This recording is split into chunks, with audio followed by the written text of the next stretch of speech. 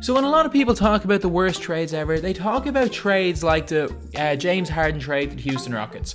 Well, it's the worst trade if you're the Oklahoma City Thunder. If you're James Harden or you're a Rockets fan, it's one of the greatest trades of all time. Just like the Brooklyn Nets trade with the Celtics. If you're a Celtics fan, that's one of the greatest trades of all time. So even though it's really bad for one team, it was great for the other team. But this trade, I do believe, was the worst trade of all time by far. Because all 4 teams involved in this trade got worse. And it was the blockbuster mega deal centered around Dwight Howard in 2012.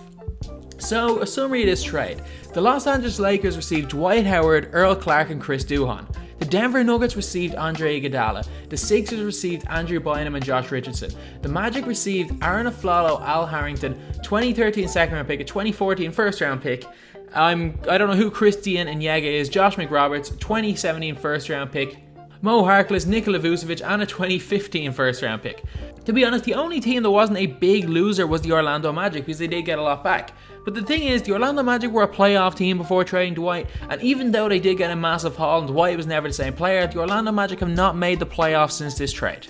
So a team 3 years out of making the NBA Finals and had been in the playoffs for the number of years before, not making the playoffs in the 6 years since then, is the winner of this trade. That shows how bad this trade is.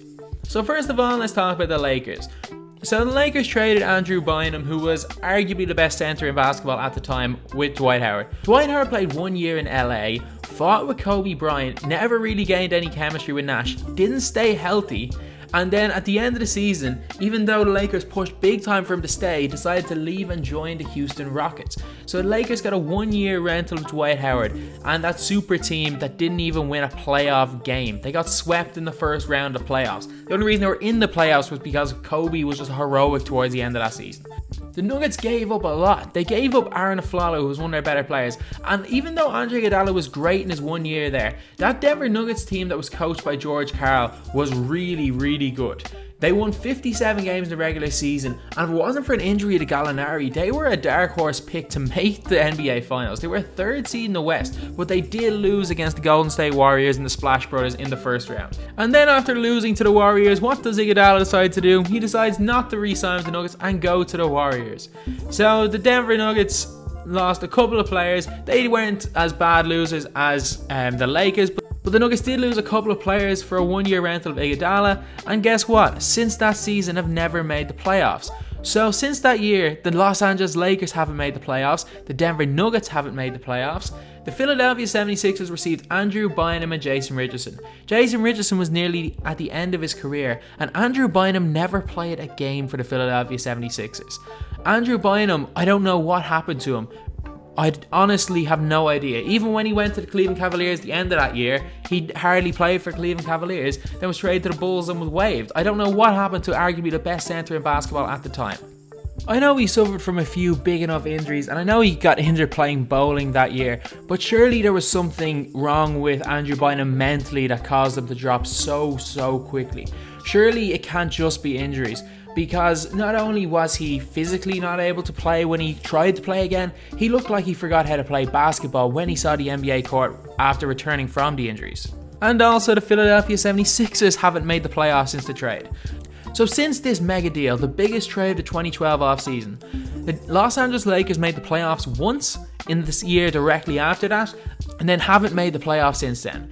The Denver Nuggets as well made the playoffs that first year, and again haven't made the playoffs since then. The Nuggets, however, do have a very bright future with Nikola Jokic, and the Lakers have a bright future with Lonzo Ball and Brandon Ingram. But it's been 5 years since the trade, and since then both teams have only made the playoffs once. The Philadelphia 76ers have never made the playoffs since, even in a weak Eastern Conference, but that's probably a lot to do with Sam Hinkie's process. And the Orlando Magic have never made the playoffs in a weak Eastern Conference. I don't even know what the Orlando Magic are doing at this stage. So yeah, in my opinion, this is the worst trade of all time, because all 4 of these teams were playoff teams when the trade was made. And after that, in the 5 years between all 4 of these teams, they have a combined 2 playoff appearances. Out of a possible 20, they've had 2. and none of them have made the playoffs since the 2012-2013 season. So in my opinion, this is the worst trade of all time because it made every single team worse than they were, and 5 years down the line, none of these teams have recovered. So anyway, that's the video. Thanks for watching. Please like, comment, and subscribe.